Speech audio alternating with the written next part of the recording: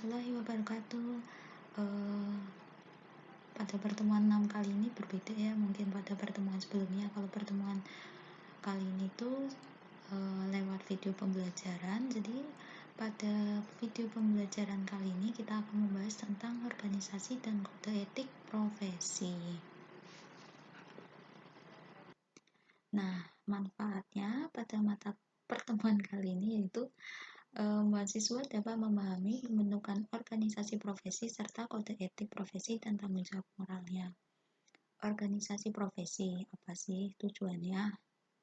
Kenapa harus kita pelajari? Nah, ini makanya ini kita belajar di pertemuan kali ini. Jadi tujuannya itu untuk memenuhi tanggung jawabnya dengan standar profesionalisme tinggi sesuai bidangnya untuk mencapai tingkat kinerja yang tinggi. Untuk mencapai tujuan tersebut terdapat 4 kebutuhan dasar yang harus dipenuhi oleh sebuah profesi, yaitu yang pertama, kredibilitas. Kedua, profesionalisme, jelas. Yang ketiga yaitu kualitas jasa, dan yang terakhir adalah kepercayaan. Jadi organisasi profesi itu adalah suatu organisasi yang mengatur dan melakukan standarisasi kualitas, menetapkan prinsip-prinsip profesionalisme, dan menciptakan kepercayaan atas hasil kerja profesi di masyarakat. Nah, proses profesional itu apa sih sebenarnya? Proses evolusi yang menggunakan pendekatan organisasi dan sistematis untuk mengembangkan profesi ke arah status profesi. Jadi, 3 langkah, yaitu yang pertama asosiasi informal. Jadi, asosiasi informal merupakan tempat berkumpulnya orang-orang yang memiliki minat sama terhadap suatu profesi atau pekerjaan. Yang kedua yaitu identifikasi dan adopsi terhadap ilmu pengetahuan tertentu.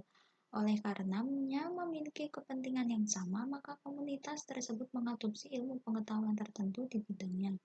Yang ketiga yaitu para praktisi akan terorganisasi secara formal pada suatu lembaga. Jadi nanti mungkin di sini ada di slide di pertemuan kali ini tuh ada beberapa contoh ya secara formal seperti ID, kemudian nanti kita akan masuk ke materinya. Nah, kemudian seiring dengan berkembang lingkup profesi yang dijalaninya maupun perkembangan ilmu dan teknologi, maka dirasa perlu untuk memformalkan komunitas tersebut menjadi suatu organisasi resmi yang diakui oleh pemerintah dan masyarakat. Nah, ini contoh-contohnya. ID, Ikatan Dokter Indonesia. Jadi organisasi profesi yang mengatur standar profesionalisme dan aturan etika bagi profesi dokter di Indonesia. Yang kedua yaitu IAI, Ikatan Akuntan Indonesia. Organisasi profesi yang mengatur standar profesionalisme dan aturan etika bagi profesi akuntan di Indonesia. Yang ketiga yaitu PII, Persatuan Insinyur Indonesia. Organisasi profesi insinyur Indonesia terdiri dari anggota yang memiliki latar belakang pendidikan di bidang teknik. Wah, ini anak teknik banget deh. Teknik mesin, teknik elektro, teknik kimia, ISVI atau Ikatan Sarjana Farmasi Indonesia. Organisasi profesi yang mengatur standar profesionalisme dan aturan etika sarjana farmasi atau apoteker di Indonesia. Nah, fungsinya tuh apa sih? Fungsinya tuh yang pertama adalah mengatur keanggotaan organisasi. Organisasi profesi menentukan kebijakan tentang keanggotaan, struktur organisasi, serta syarat-syarat keanggotaan sebuah profesi. Yang kedua yaitu membantu anggota untuk dapat terus memperbaharui pengetahuannya sesuai perkembangan teknologi. Organisasi profesi itu jembatan antara perkembangan yang terjadi di masyarakat dengan para pelaku profesi yang menjadi anggotanya.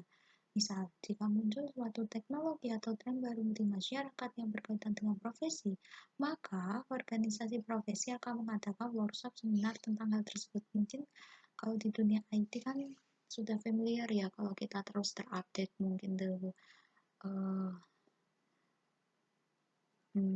kan kita teknologinya terus terupdate, maka supaya knowledge atau pengetahuan kita itu terus berkembang, maka dibutuhkan organisasi profesi itu bisa mengadakan workshop, seminar. Jadi kan kita nggak stuck di satu tempat ya, satu tempat ilmu pengetahuan.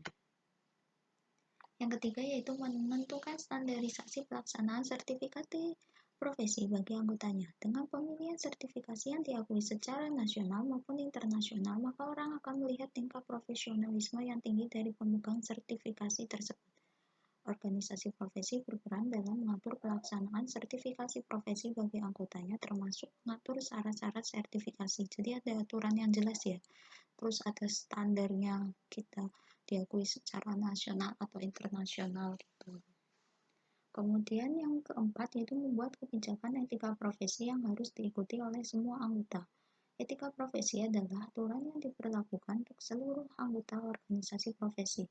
Aturan tersebut yaitu menyangkut hal-hal yang boleh dilakukan atau tidak serta pedoman keprofesional yang digariskan bagi sebuah profesi. Yang terakhir yaitu memberikan sanksi bagi anggota yang melanggar etika profesi. Jadi sanksi diterapkan bagi pelanggaran kode etik profesi tentunya mengikat semua anggotanya. Jadi kita nggak asal jalan ya, jadi ada aturan-aturan yang jelas, kemudian kalau kita melanggar juga ada sanksi sehingga bisa anggota lain tuh bisa melihat bahwa ada sanksi, berarti membuat efek jerah gitu.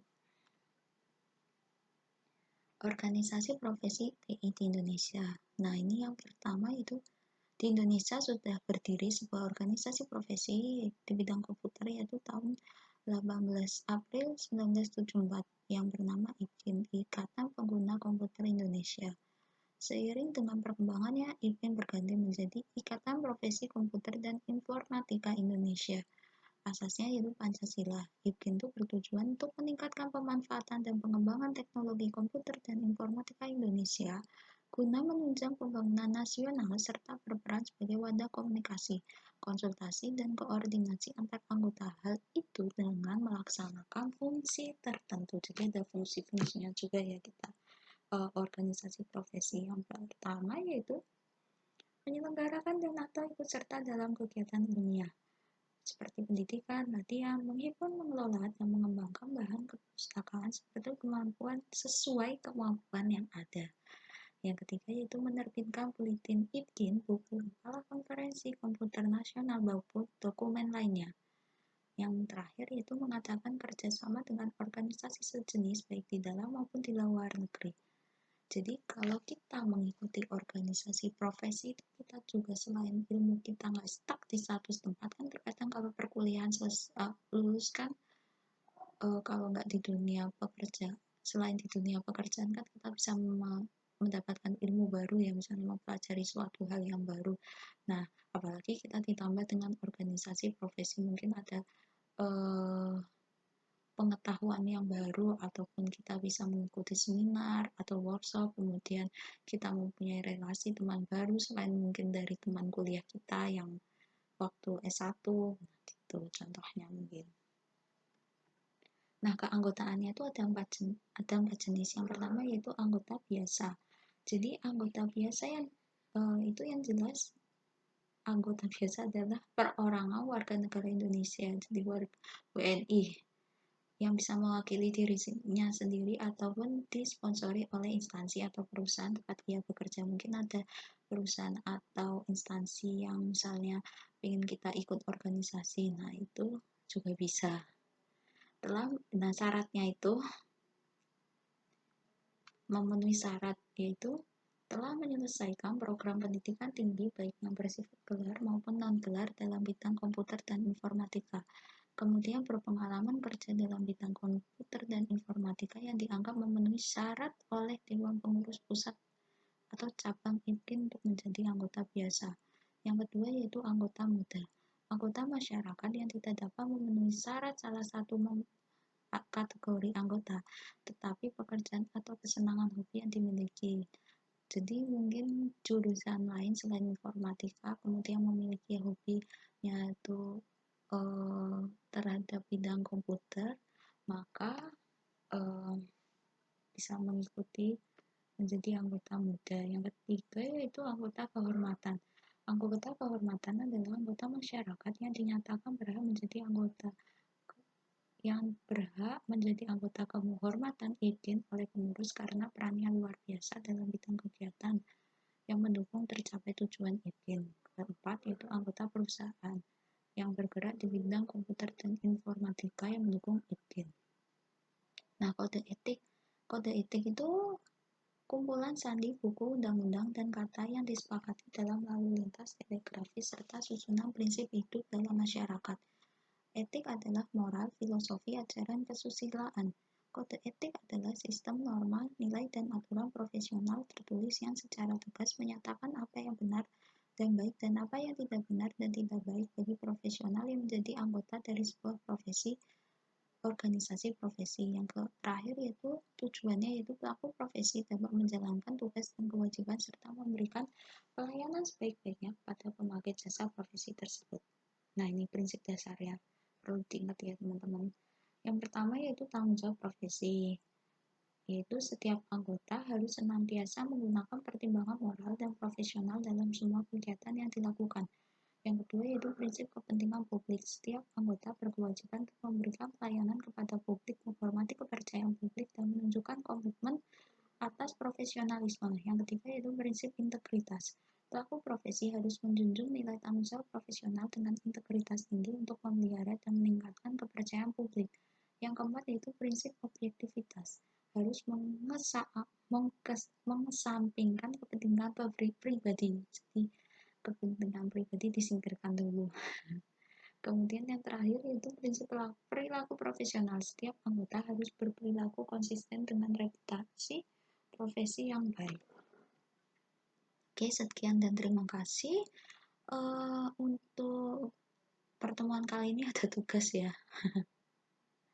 Nah, ini untuk tugas 2-nya, jadi kemarin kan pada pertemuan sebelumnya kan saya sudah menjelaskan tentang beberapa kualifikasi di dunia kerja ya. Kemarin saya contohkan non PNS ya, kan banyak banget ya sekarang lowongan untuk IT. Nah, di sini teman-teman mungkin punya cita-cita pengen menjadi apa gitu setelah lulus menjadi apa, menjadi seseorang yang bekerja di bidang tertentu. Nah, bisa diberikan contohnya. Kemudian kualifikasi dari jawaban nomor 1, jadi syarat-syaratnya untuk masuk ke perusahaan tersebut tuh apa, mungkin lulusan S1 teknik informatika itu sudah jelas. Kemudian yang kedua itu memahami program, mungkin kalau web developer itu program Laravel ataupun program CI gitu. Jadi harapan saya kalau teman-teman sudah memiliki keinginan di dunia kerja itu setelah lulus itu nanti bisa tahu kualifikasinya. Jadi bisa dipersiapkan jauh-jauh hari. Mungkin kalau teman-teman ingin bekerja di perusahaan asing kemudian ada TOEFL, kemudian TOEFL kemudian speaking, nah itu kan bisa dipersiapkan jauh-jauh hari, kita bisa belajar terus ikut les, jadinya kan kita nggak kaget gitu. Jadi terus yang ketiga itu contoh etika profesi dalam perusahaan. Jadi mungkin kalau misalnya teman-teman menjawabnya web developer, nah di web developer tuh dijelaskan etika profesinya tuh gimana. Nah yang terakhir itu jelaskan organisasi profesi IT selain IKIN. Jadi contohnya kan banyak ya, nanti teman-teman bisa baca referensi dari Google ataupun buku, kemudian fungsinya pokoknya gimana, tujuan, nah keanggotaannya gimana. Oke, mungkin ini ya untuk tugas 2, jangan lupa nih mungkin range waktunya 1 minggu ya. Kemudian jangan lupa untuk absensi, link absensi saya share di LMS ya. Kemudian jangan lupa untuk mengerjakan tugas 1, 2, dan absensi. Nah, oke, saya akhiri. Mungkin ada salah kata, mohon maaf apabila ada salah kata. Tetap semangat, jaga kesehatan dan jaga kesehatan dan protokol kesehatan ya supaya kita sehat selalu. Kemudian tetap sehat selalu. Oke, wassalamualaikum warahmatullahi wabarakatuh.